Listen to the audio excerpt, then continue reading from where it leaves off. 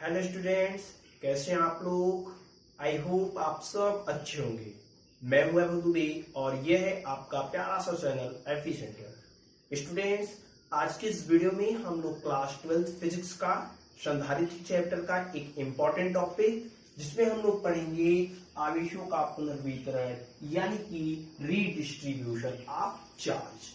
ठीक है, आज हम लोग जानेंगे आवेशों का पुनर्वितरण होता क्या है।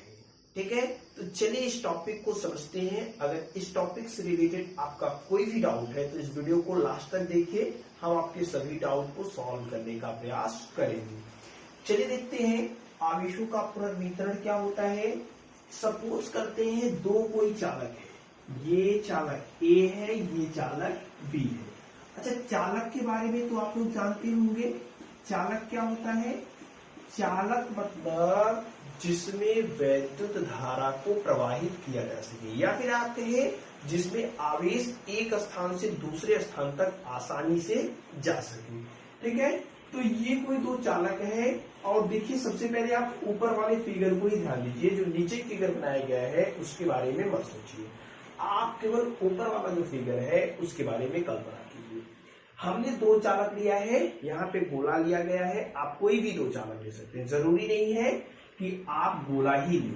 ठीक है, ये दोनों चालक एक दूसरे पर कोई प्रभाव नहीं डाल रहे हैं, यानी कि ए चालक का बी पर कोई प्रभाव नहीं है और बी का ए पर कोई प्रभाव नहीं है। ये चालक इस पर कोई प्रभाव नहीं डाल रहा है और ये वाला चालक इस पर कोई प्रभाव नहीं डाल रहा है। ठीक है, अब हम कह रहे हैं कि ये जो दोनों चालक हैं, ये दोनों चालक एक दूसरे पर कोई प्रभाव नहीं डाल रहे हैं। हम मान लेते हैं कि इस वाले चालक की धारिता C1 है, इस वाले चालक की धारिता C2 है। पहले वाले चालक की धारिता C1, दूसरे वाले चालक की धारिता C2। इस वाले चालक पर आवेश हमने मान लिया है Q1, इस वाले चालक पर हमने मान लिया है आवेश Q2 है। ठीक है, ध्यान दीजिएगा हम क्या कर रहे हैं। पहले चालक पर आवेश Q1, दूसरे चालक पर आवेश Q2। हमने मान लिया कि जो पहला चालक है उसका विभव V1 है, दूसरे चालक का जो विभव है वह V2 है। हमने मान लिया कि पहले वाले चालक का वैद्युत स्थितिज ऊर्जा U1 है और दूसरे वाले चालक का वैद्युत स्थितिज ऊर्जा U2 है। समझ में हम लोग क्या कह रहे हैं? ये चालक है, ये चालक है, दो चालक है, ये दोनों चालक एक दूसरे पर कोई प्रभाव नहीं डाल रहे हैं। हमने कहा कि पहले वाले चालक की वैद्युत धारिता C1, इस चालक पर आवेश Q1, इसका वैद्युत विभव V1 और इसकी वैद्युत स्थिति ऊर्जा U1 है। जो आपका दूसरा चालक है उसकी धारिता C2, उस पर आवेश Q2, इसका वैद्युत विभव V2 और वैद्युत स्थिति ऊर्जा U2 है। अब हम क्या कह रहे हैं कि जैसे ही यही दोनों चालक नीचे हैं, A है, B है, सब देखिए सेम है। आपको फिगर में थोड़ा इधर उधर दिख सकता है लेकिन है सेम। ठीक है, हम कह रहे हैं कि जैसे ही इन दोनों चालकों को एक पतले तार से जोड़ दे। ठीक है, दोनों चालकों को हमने क्या किया, पतले तार, एकदम पतला तार है। ठीक है, पतला तार है और पतले तार से इन दोनों चालकों को आपस में जोड़ दिया। ध्यान दीजिएगा, यह जो पतला तार लिया है हमने, इस पतले तार का जो विभव है वह नगण्य माना जाता है, यानी इस पतले तार का कोई भी विभव नहीं है, इसका विभव शून्य है। अब जैसे ही इन दोनों चालकों को इस पतले तार से जोड़ेंगे, जैसे ही इन दोनों चालकों को इस पतले तार से जोड़ेंगे, होगा क्या, आवेश चलना प्रारंभ करेंगे। और आवेश किधर से चलेंगे? आवेश उच्च विभव चालक से निम्न विभव चालक की ओर चलना प्रारंभ करेंगे, यानी कि इन दोनों चालकों में जिसका विभव ज्यादा होगा उधर से आवेश चलना प्रारंभ करेंगे, जिधर विभव कम होगा। और आवेश तब तक चलेंगे जब तक कि इस वाले चालक और इस वाले चालक का विभव बराबर न हो जाए। ठीक है, हम क्या कर रहे हैं, आप समझ पा रहे हैं? हम कह रहे हैं कि जैसे ही इन दोनों चालकों को एक पतले तार से जोड़ा जाता है, आवेश चलना प्रारंभ करते हैं और आवेश उच्च चालक विभव से निम्न विभव चालक की ओर चलना प्रारंभ करते हैं, यानी जिधर विभव ज्यादा रहेगा उधर से कम विभव की ओर आवेश आना स्टार्ट करेंगे। और तब तक चलेंगे जब तक कि इन दोनों चालकों का विभव बराबर न हो जाए। समझ रहे हैं? जब इन दोनों चालकों को एक पतले तार से जोड़ेंगे तो आवेश चलना प्रारंभ करेंगे, तब तक चलेंगे जब तक कि इन दोनों चालकों का विभव बराबर न हो जाए। इस स्थिति में जो विभव होगा उस विभव का नाम दिया जाता है उभयनिष्ठ विभव। ठीक है, इस स्थिति में जो आपका विभव है उसका क्या नाम हमने दे दिया? उभयनिष्ठ विभव, कॉमन पोटेंशियल। अब देखिए आवेश चलना प्रारंभ किया, यानी कि हो सकता है आवेश इधर से इधर गया होगा या फिर इधर से इधर गया होगा, जिसका विभव ज्यादा होगा उधर से कम विभव की ओर गया होगा। तो हम मान लेते हैं कि यहाँ पे जो आवेश अब बचा है, इधर से इधर आवेश हमने सपोज किया, इधर से इधर आवेश चला गया है, तो यहाँ पे अब अच्छा जो आवेश बचा है उसका मान हमने मान लिया है Q1 डैश, और यहाँ पे जो आवेश हो गया है उसका मान हमने मान लिया है Q2 डैश। अच्छा धारिता, धारिता क्या होगी? धारिता C1 डैश हो जाएगा क्या? नहीं, देखिए जो धारिता होती है वह कांस्टेंट होती है, बदलने वाली नहीं होती है। जितना इसकी धारिता उतना ही इसकी धारिता, इसकी धारिता C1, इसकी धारिता भी C1, इसकी धारिता C2 तो इसकी धारिता भी C2 हो जाएगा।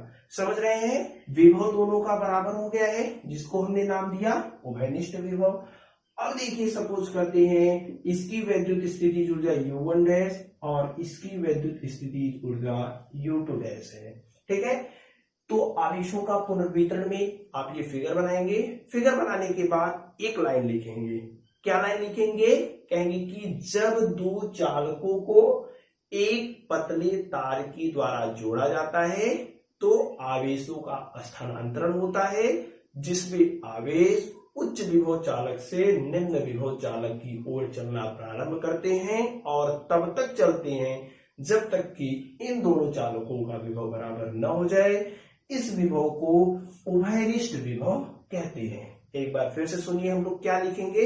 सबसे पहले हेडिंग देंगे, बाएं साइड का फिगर बनाएंगे और एक लाइन लिखेंगे।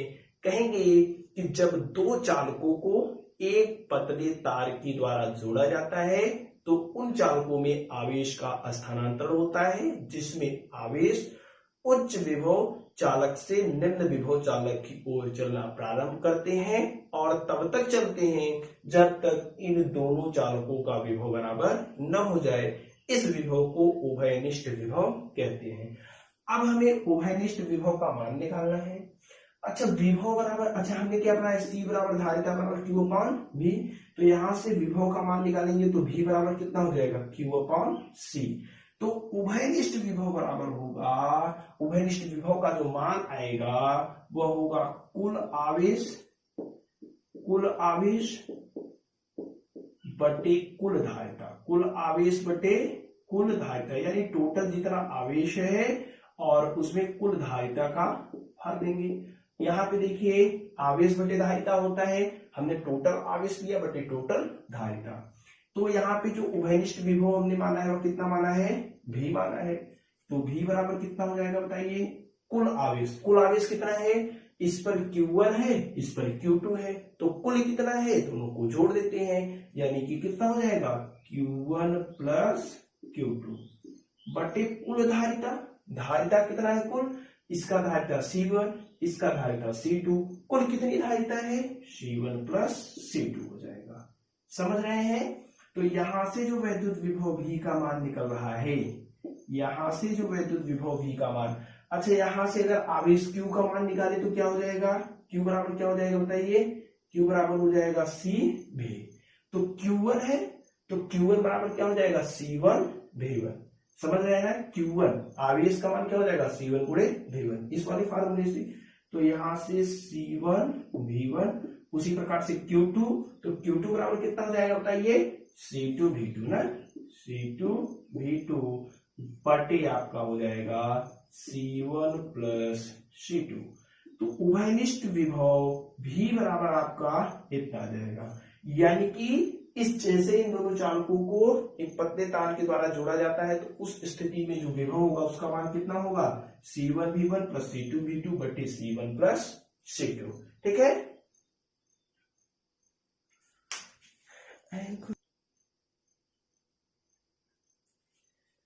अच्छा अब हमें क्या निकालना है? अब हमें निकालना है आवेशों का स्थानांतरण। ठीक है, आवेशों का स्थानांतरण मतलब कहने का है कि कितना आवेश यहां से यहां पर गया है, उसी का हमें मान निकालना है। आवेशों का स्थानांतरण। अच्छा, आप बताइए कितना आवेश यहां से यहां पर गया है, यहां से कितना आवेश यहां पे गया है। देखिए, इसके लिए एक छोटी सी ट्रिक आपको बता रहे हैं। सबसे पहले सपोज कर लीजिए इस पर 10 आवेश हैं। ठीक है, जब इस पे से कुछ आवेश हमने पतले तार से जोड़ा तो आवेश चलना प्रारंभ करेंगे, कुछ आवेश यहां से चल करके यहां पे पहुंच जाएगा। ठीक है, और बाद में जो आवेश बचा है वो कितना, सपोज हमने कर लिया 3 बचा है।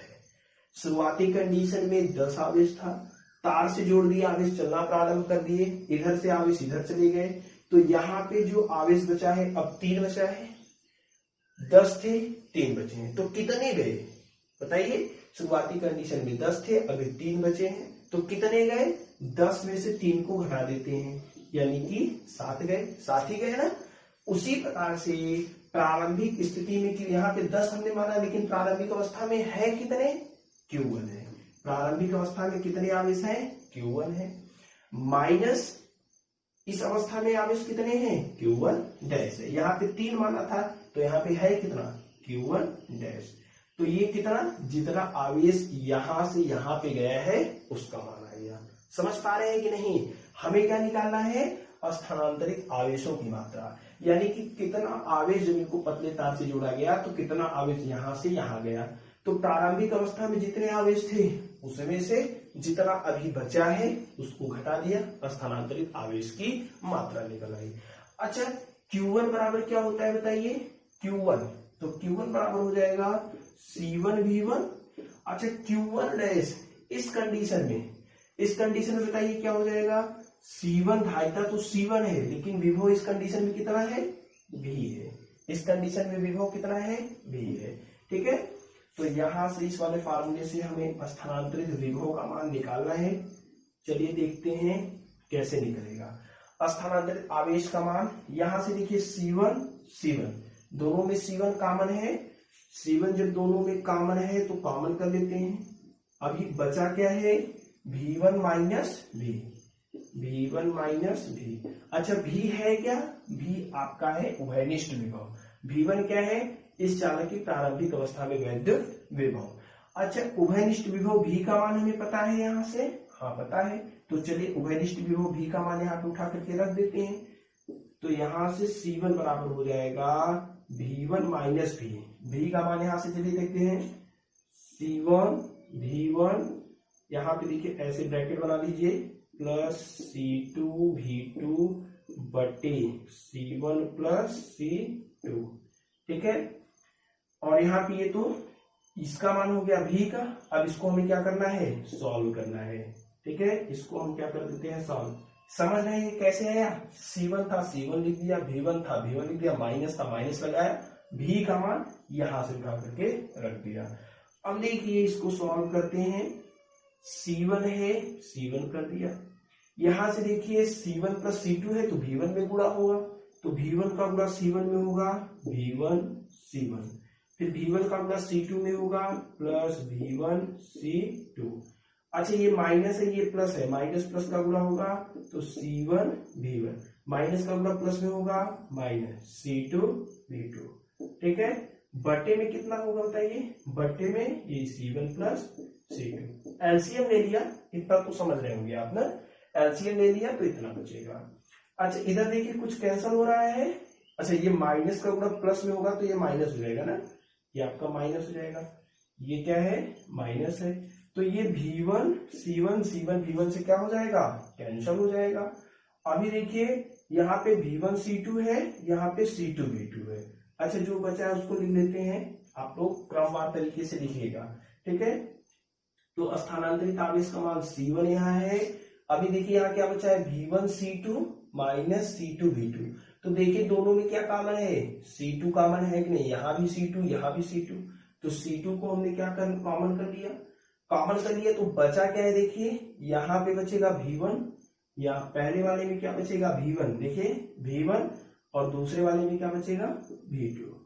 देखिए C1 था, C1 लिख दिया। अभी ये बचा था ये दोनों, तो इन दोनों में C2 को कॉमन कर लेते, पहले V1 बचेगा फिर माइनस V2 बचेगा। बटे में कितना है, बटे में आपका है C1 प्लस C2, ठीक है। तो ये जो आया है यह क्या है, स्थानांतरित आवेश है। ये जो आया है वह क्या है, ये जो आया है यह है स्थानांतरित आवेश। ये किसका मान आया है, मतलब हम क्या कह रहे हैं, स्थानांतरित आवेश का मान समझ रहे हैं। मतलब क्या है इसका मतलब है कि इतना आवेश यहां से यहां गए जब इनको एक पतले तार के द्वारा जोड़ा गया। समझ रहे हैं ना, ये क्या आया है स्थानांतरित आवेश का मतलब। स्थानांतरित आवेश का मतलब है कि इतना आवेश ये जो आया है ए से बी की ओर गए कब, जब इनको एक पतले तार से जोड़ा गया। इन दोनों चीजों को नोट कर लीजिए, वीडियो को पॉज करके यहां तक। और देखिए ये तो इंपॉर्टेंट है, ये क्या है आपका, ये है ओहेनिस्ट विभव का मान, ठीक है, इसको आप याद करके रखिए। और ये क्या है, ये है स्थानांतरित आवेश का मान। तो वीडियो को पॉज करके इसे आप लोग नोट कर लीजिए, समझ में तो आया ही होगा, इजी है, ठीक है। नॉर्मल कैलकुलेशन में हम इसे रफ कर रहे हैं। इसके आगे इंपॉर्टेंट हमें देखना है, इसमें कितना ऊर्जा का हानि हुआ। सबसे पहले हमें जानना है कि क्या ऊर्जा की हानि होगी, अगर होगी तो कितना होगी, ठीक है। तो चलिए आपका इसी में जो नेक्स्ट हेडिंग होने वाला है, इसी में आपका जो नेक्स्ट हेडिंग है वह होगा आवेशों के स्थानांतरण में ऊर्जा की हानि, ठीक है। आवेशों की स्थानांतरण में ऊर्जा की हानि, मतलब आवेश जब यहां से स्थानांतरित हो रहे हैं, चल रहे हैं, तो कितना ऊर्जा हानि होगी वही हमें निकालना है, ठीक है। तो चलिए देखते हैं आवेशों के स्थानांतरण में ऊर्जा कितनी हानि हो रही है, ठीक है। अच्छा, प्रारंभिक अवस्था में जो वैद्युत स्थितिज ऊर्जा है वह कितना है। प्रारंभिक स्थिति में वैद्युत स्थितिज ऊर्जा, प्रारंभिक स्थिति में वैद्युत स्थितिज ऊर्जा, प्रारंभिक स्थिति में वैद्युत स्थितिज ऊर्जा कितनी होगी बताइए। सपोज करते हैं U है, प्रारंभिक स्थिति में वैद्युत स्थितिज ऊर्जा U है, और यह किसके बराबर होगी, इसकी वैद्युत स्थितिज ऊर्जा प्लस इसकी वैद्युत स्थितिज ऊर्जा। अगर इन दोनों के वैद्युत स्थितिज ऊर्जा को जोड़ दें तो प्रारंभिक स्थिति मतलब तार को जोड़ने से पहले की स्थिति में हमें कुल वैद्युत स्थितिज ऊर्जा मिल जाएगा, यानी U1 प्लस U2 हो जाएगा। अच्छा, वैद्युत स्थितिज ऊर्जा U का मान कितना होता है, 1/2 CV², ये फार्मूला होता है। इसी फार्मूले का हम लोग उपयोग करेंगे। तो चलिए यहां से प्रारंभिक स्थिति में जो वैद्युत स्थितिज ऊर्जा U का मान, U1 का मान यहां से, U1 मतलब यही है ना, देखिए U1 यही है, यानी इसकी वैद्युत स्थितिज ऊर्जा इस वाले फार्मूले से कितना हो जाएगा आप बताइए, 1/2 C, मतलब धारिता कितना है, C1 है। V मतलब वैद्युत विभव यहाँ पे कितना है, V1 है का स्क्वायर। इसी प्रकार से U2 मतलब इसकी वैद्युत स्थितिज ऊर्जा इस वाले फार्मूले से कितनी हो जाएगी, हाफ C2V2²। अच्छा, इन दोनों में से कुछ कॉमन है क्या, यहां से अगर हम कुछ कॉमन करना चाहे तो 1/2 कॉमन कर लेते हैं, 1/2 कॉमन कर लिया, C1V1² प्लस C2V2² हो गया, ठीक है। अच्छा, ये है क्या, ये प्रारंभिक स्थिति में वैद्युत स्थितिज ऊर्जा का मान है, ठीक है। अब हमें अंतिम स्थिति का मतलब कहने का तात्पर्य क्या है बताइए। अंतिम स्थिति मतलब जब इन दोनों चालकों को तार से जोड़ा गया है, ठीक है। या फिर यहाँ पे आप ऐसे लिख सकते हैं कि दोनों चालकों को तार से जोड़ने के बाद वैद्युत स्थितिज ऊर्जा। तो शॉर्ट फॉर्म में हम लिख रहे हैं अंतिम स्थिति में वैद्युत स्थितिज ऊर्जा, ठीक है। तो अंतिम स्थिति में जो वैद्युत स्थितिज ऊर्जा होगा उसका मान कितना होगा, तो इसी फार्मूले से हम लोग लगाएंगे। सपोज करते हैं U' मान लेते हैं, जो नेट आएगा आपका वह U' है, वह कितना आएगा, इसकी वैद्युत स्थितिज ऊर्जा और इसकी वैद्युत स्थितिज ऊर्जा को आपस में जोड़ देते हैं। प्रारंभिक अवस्था में चालक पहले की वैद्युत स्थिति कितना है, U1 डैश है, और इस वाले की वैद्युत स्थिति ऊर्जा कितना है, U2 डैश है। दोनों को आपस में जोड़ दिया, जोड़ देंगे तो क्या आएगा, टोटल वैद्युत स्थिति ऊर्जा इस वाले कंडीशन में आएगा। ठीक है, चलिए इस वाले फार्मूले का उपयोग करके U डैश का मान निकाल लेते हैं। तो U डैश बराबर कितना हो जाएगा, U1 डैश।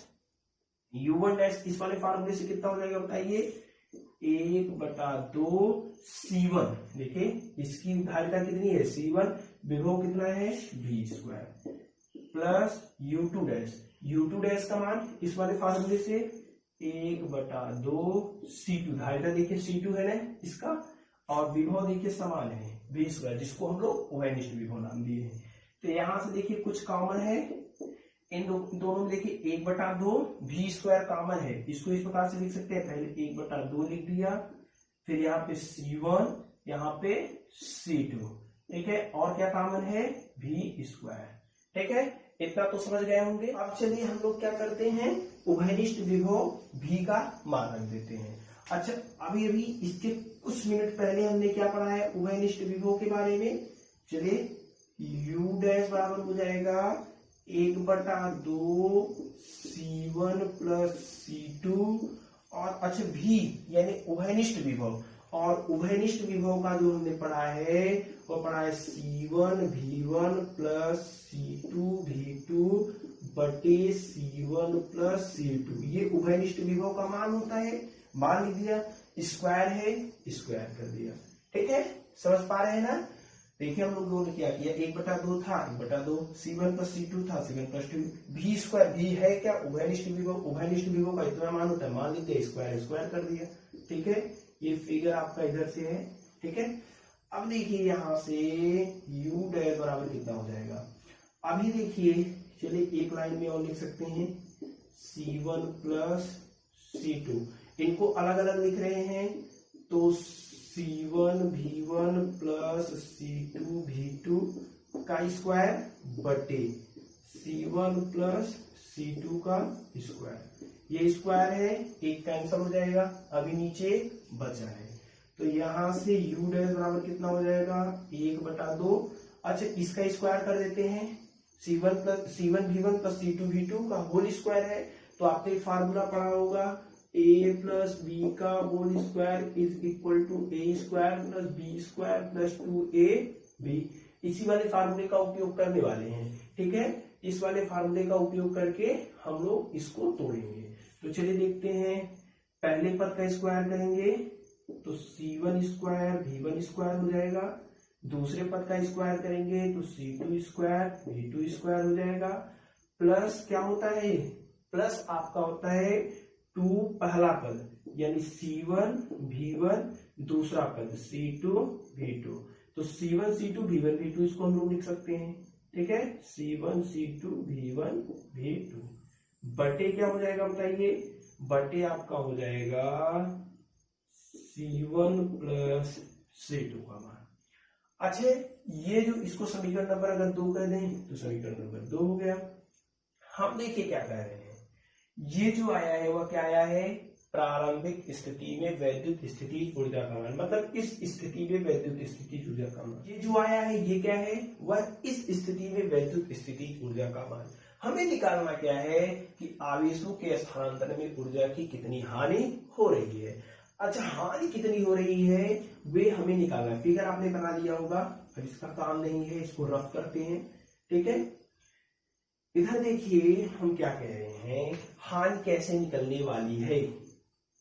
ये देखिए, सबसे पहले ऊर्जा की हानि हमें निकालना है, ऊर्जा की हानि।